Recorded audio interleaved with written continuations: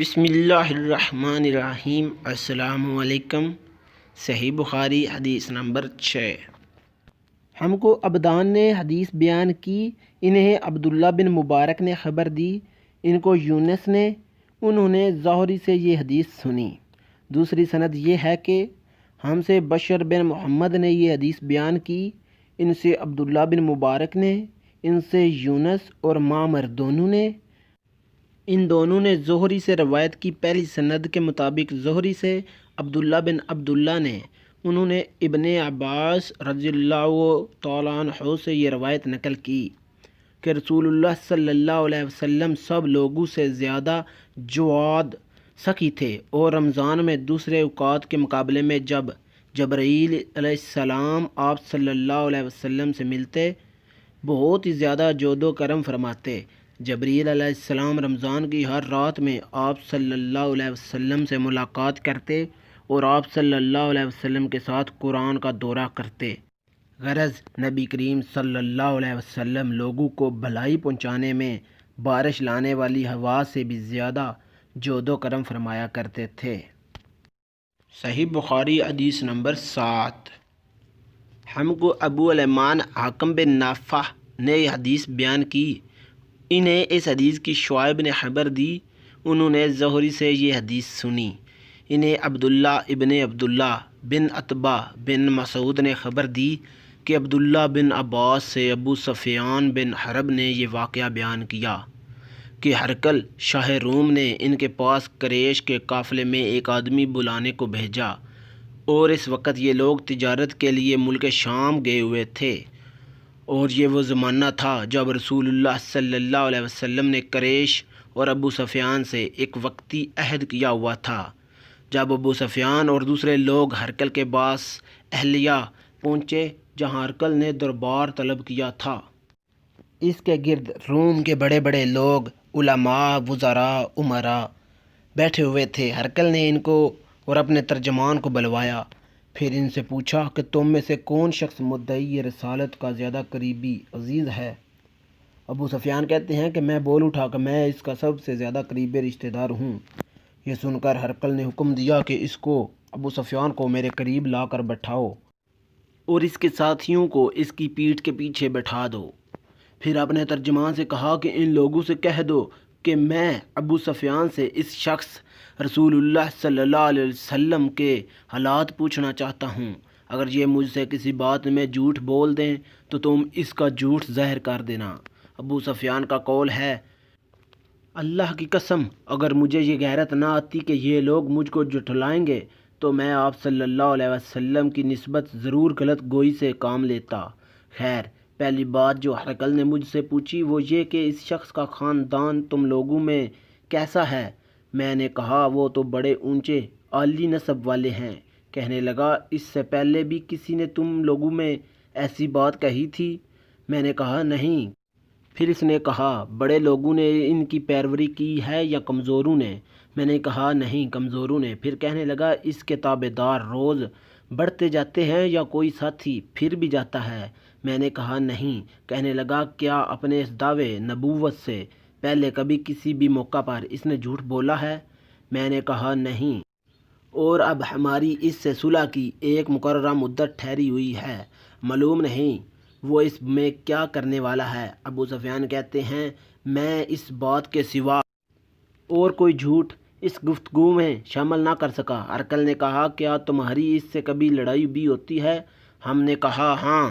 بولا پھر تمہاری اور اس کی جنگ کا کیا حال ہوتا ہے؟ میں نے کہا لڑائی ڈھول کی طرح ہے، کبھی وہ ہم سے میدان میں جیت لیتے ہیں اور کبھی ہم ان سے جیت لیتے ہیں۔ ہرقل نے پوچھا وہ تمہیں کس بات کا حکم دیتا ہے؟ میں نے کہا وہ کہتا ہے کہ صرف ایک ہی اللہ کی عبادت کرو اور اس کا کسی کو شریک نہ ٹھہراؤ، اور اپنے باپ دادا کی شرک کی باتیں چھوڑ دو، اور ہمیں نماز پڑھنے کا، سچ بولنے کا، پرہیزگاری اور صلح رحمی کا حکم دیتا ہے۔ یہ سب سن کر پھر ہرقل نے اپنے ترجمان سے کہا کہ ابو سفیان سے کہہ دے کہ میں نے تم سے اس کا نسب پوچھا تو تم نے کہا کہ وہ ہم میں عالی نسب ہیں، اور پیغمبر اپنی قوم میں عالی نسب ہی بھیجے جایا کرتے ہیں۔ میں نے تم سے پوچھا کہ دعویٰ نبوت کی یہ بات تمہارے اندر اس سے پہلے کسی اور نے بھی کہی تھی؟ تو تم نے جواب دیا کہ نہیں۔ تب میں نے اپنے دل میں کہا کہ اگر یہ بات اس سے پہلے کسی نے کہی ہوتی تو میں سمجھتا کہ اس شخص نے بھی اپنی اس بات کی تقلید کی ہے جو پہلے کہی جا چکی ہے۔ میں نے تم سے پوچھا کہ اس کے بڑوں میں کوئی بادشاہ بھی گزرا ہے، تو تم نے کہا نہیں۔ تو میں نے دل میں کہا ان کے بزرگوں میں سے کوئی بادشاہ ہوا ہوگا تو کہہ دوں گا کہ وہ شخص اس بہانہ اپنے آباء و اجداد کی بادشاہت اور ان کا ملک دوبارہ حاصل کرنا چاہتا ہے۔ اور میں نے تم سے پوچھا کہ اس بات کے کہنے یعنی پیغمبری کا دعویٰ کرنے سے پہلے تم نے کبھی اس کو دروغ گوئی کا الزام لگایا ہے؟ تم نے کہا نہیں۔ تو میں نے سمجھ لیا کہ جو شخص آدمیوں کے سامنے دروغ گوئی سے بچے وہ اللہ کے بارے میں کیسے جھوٹ بول سکتا ہے۔ اور میں نے تم سے پوچھا کہ بڑے لوگ اس کے پیروکار ہوتے ہیں یا کمزور آدمی؟ تم نے کہا کمزوروں نے اس کی اتباع کی ہے۔ تو دراصل یہی لوگ پیغمبروں کے متبعین ہوتے ہیں۔ اور میں نے تم سے پوچھا کہ اس کے ساتھی بڑھ رہے ہیں یا کم ہو رہے ہیں؟ تم نے کہا کہ وہ بڑھ رہے ہیں، اور ایمان کی کیفیت یہی ہوتی ہے حتیٰ کہ وہ کامل ہو جاتا ہے۔ اور میں نے تم سے پوچھا کہ آیا کوئی شخص اس کے دین سے ناخوش ہو کر مرتد بھی ہو جاتا ہے؟ تم نے کہا نہیں۔ تو ایمان کی خاصیت بھی یہی ہے، جن کے دلوں میں اس کی مسرت رچ جائے وہ اس سے لوٹا نہیں کرتے۔ اور میں نے تم سے پوچھا کہ آیا وہ کبھی عہد شکنی کرتے ہیں؟ تو تم نے کہا نہیں۔ پیغمبروں کا یہی حال ہوتا ہے، وہ عہد کی خلاف ورزی نہیں کرتے۔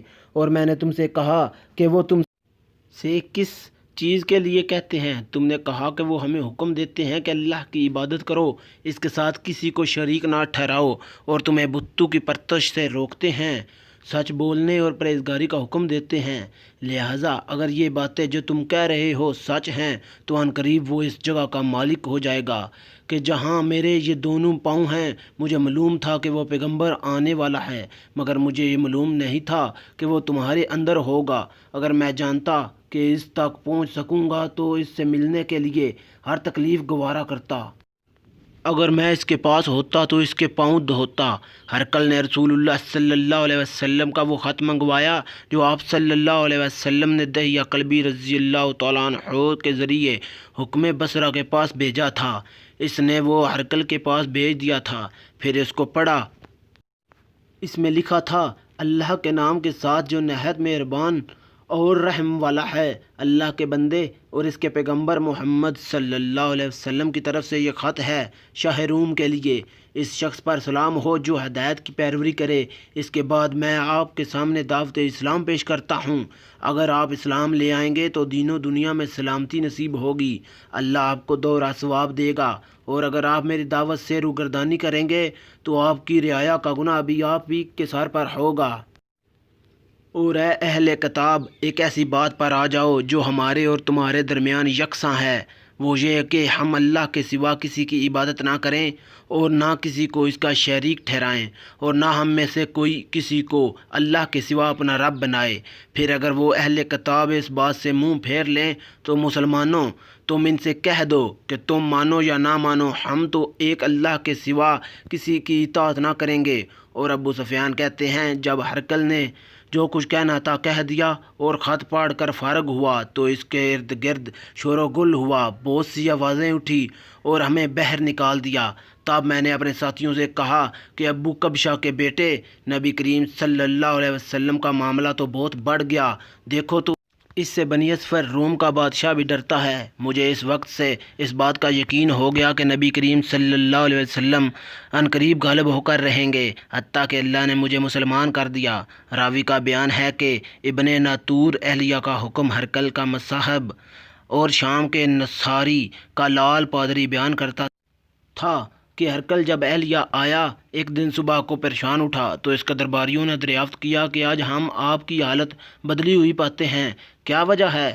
ابن ناطور کا بیان ہے کہ ہرقل نجومی تھا، علم نجوم میں وہ پوری مہارت رکھتا تھا۔ اس نے اپنے ہم نشینوں کو بتایا کہ میں نے آج رات ستاروں پر نظر ڈالی تو دیکھا کہ ختنہ کرنے والوں کا بادشاہ ہمارے ملک پر غالب آ گیا ہے، بھلا اس زمانے میں کون لوگ ختنہ کرتے ہیں؟